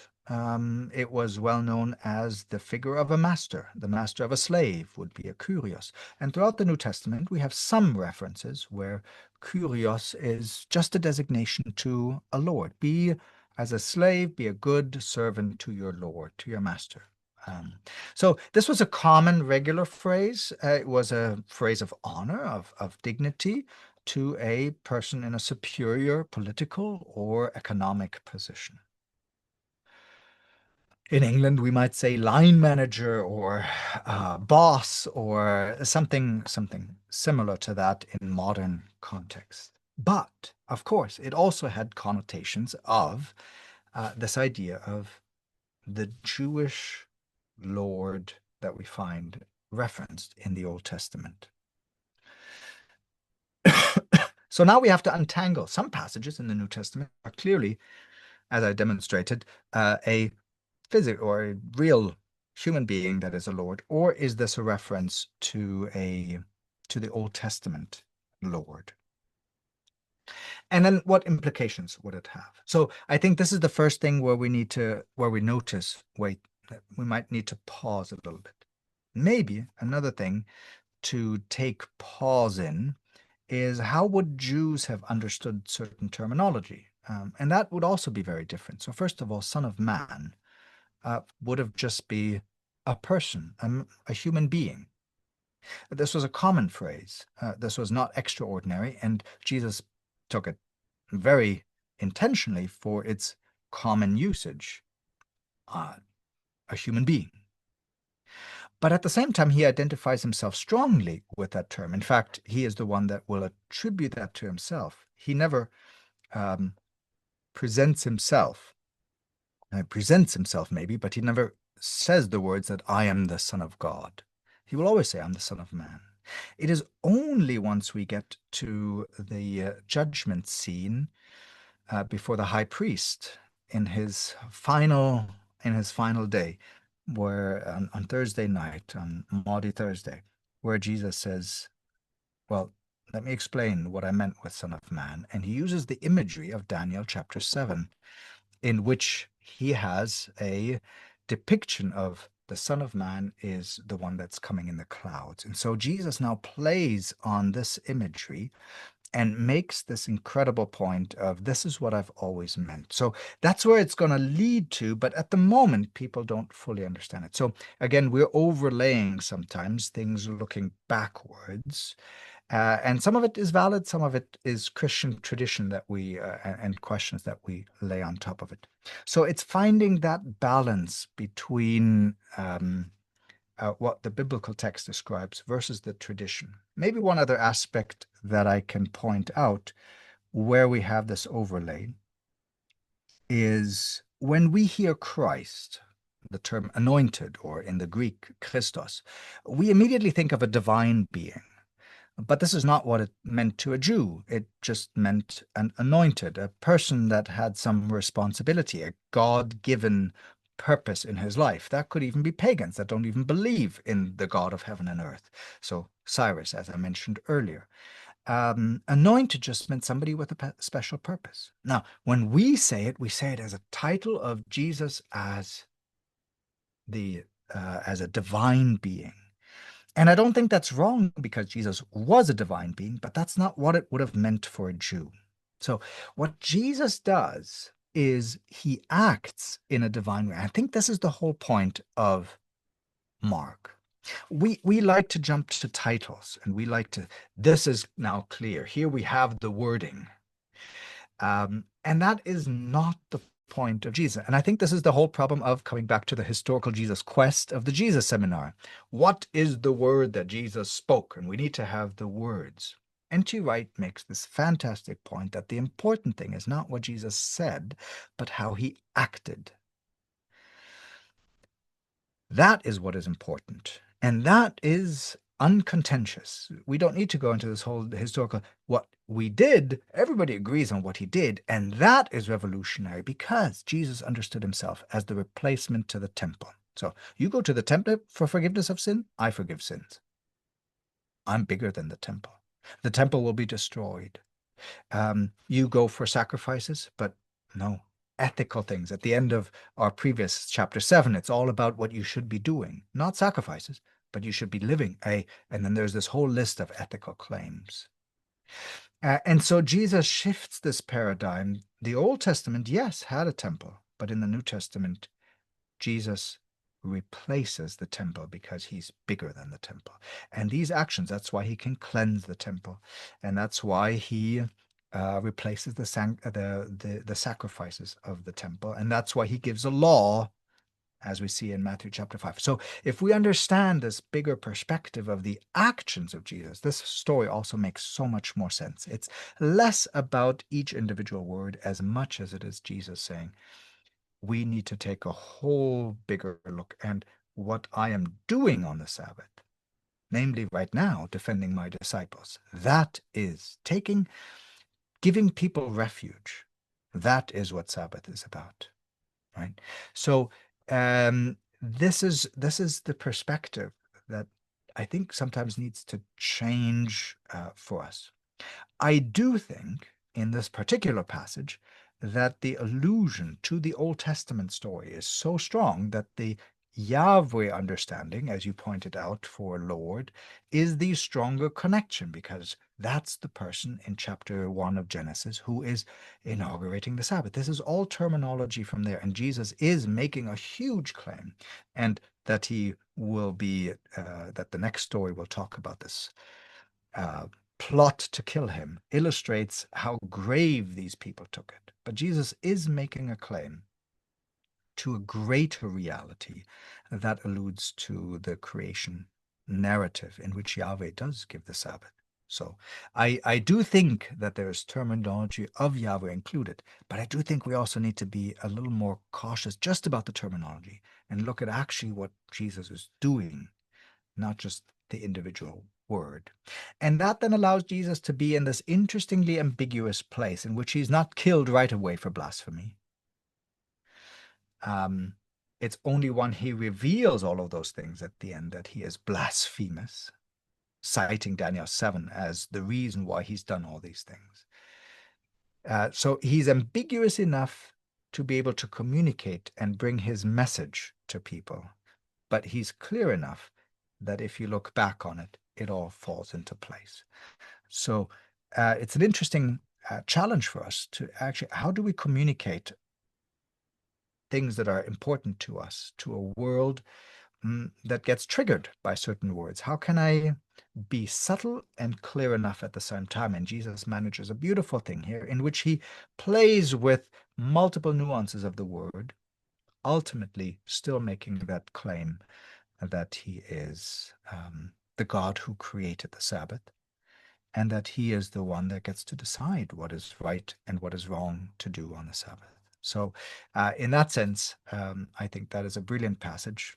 Again, if you look at the parallels then to the David story in First Samuel that Jesus has just cited, the whole story about the food of the shepherd, we'll see that he's actually making the claim, I'm not just the creator, I'm also the ruler. And that is an interesting thing. I'm not just your creator, I'm also your king. And these things blend together into the statement that we have at the end. Dr. Eike, excellent answer. We are out of time, so can you give us just a brief conclusion? What is so amazing in Mark's Gospel? Why should people read that? And to what we should give bigger attention? Can you give us any advice? So yes, number one, why should you read Mark? Because it's a gripping story. It's just fascinating. It's a incredibly fast-paced story that develops. And if you allow yourself to be submerged in the story and shocked by it afresh, then it's just a fascinating. It's a roller coaster, up and down and left and right, more than any of the other Gospels. The others all have valuable aspects as well. You read them for a different purpose, but this is the roller coaster where something is always happening. You're up or down or sideways or left or right. There's always action happening, and that is fascinating. It's a fascinating depiction, and ultimately one in which Jesus is victorious even over the demonic forces, and that's why we can trust him, because he has ultimately already won the victory. And that's why I can now share and add my confession and my testimony to the end of that book. I think for those people that have read the Bible for many years for their life, I think at some point it is easy to just be, oh yeah, I know the story. And we finish and we conclude the story because we already know in our mind how the story goes. And in some ways, that's the power of stories, that we know how it continues. It's a lot harder in Paul's more argument style to, oh, what's the next sentence? What's the next line? How does it finish? So that's the fascinating thing about stories and why we remember them so well. But at the same time, it's easy to just be lulled into this, oh, nothing important is happening. While in fact, in Mark, amazing, profound, deep insights are there. But it takes a different kind of looking at it. So I would encourage the audience that feels like, oh, I know my Bible, I've read it so many times, to read it afresh and ask these pertinent questions. Who's doing what? And what's happening on the stage? And to almost see it like a theater production. Whether you agree or not with theater, that's what Mark is doing. He's presenting you a story, and you now ask the question, who's doing it? Why are they doing it? What is the narrator adding to it? Why does he interject at this point? In this case, why is Jesus not eating grain? Or why is he defending his disciples? And suddenly the story changes about who is doing what and why. So asking who and what and how are they presented?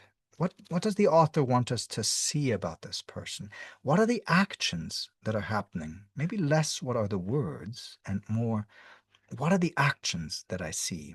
I sometimes use this example when I talk about narrative.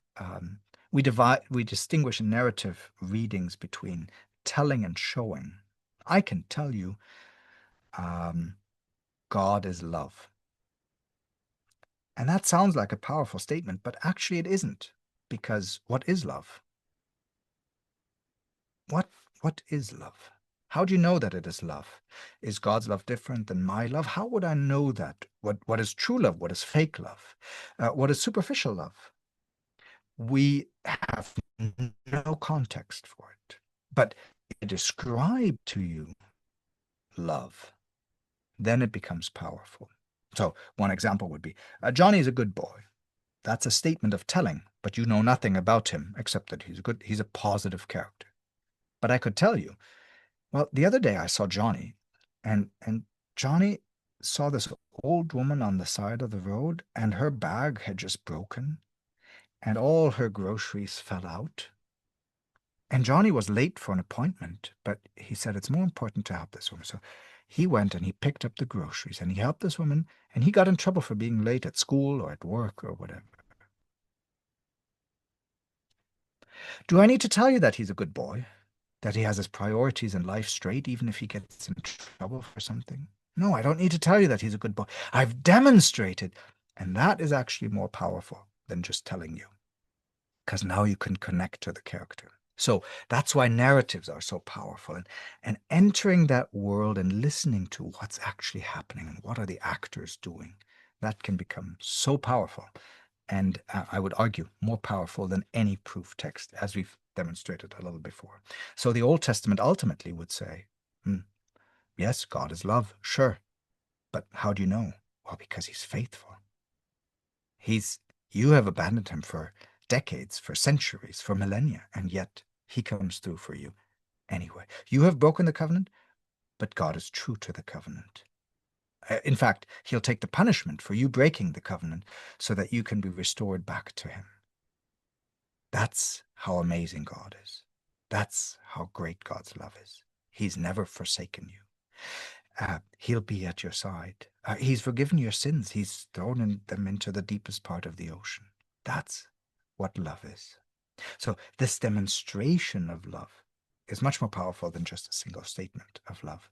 And so if we read stories again from what is it demonstrating, I think we're going to get to a much deeper experience of our Christian faith and a renewed sense of Scripture. And I think these stories, especially Mark, contain so much of it. Other books as well, but Mark particularly. Okay, Dr. Eike Mueller, thank you so much for joining us today and for sharing such insightful reflections on the Gospel of Mark. To our viewers and listeners, if you enjoyed this conversation, don't forget to like, share, and subscribe to NT Podcast, where we explore the intersection of faith and reason with scholars from around the world. So, as always, stay faithful and never stop asking tough questions. See you in the next episode. Goodbye.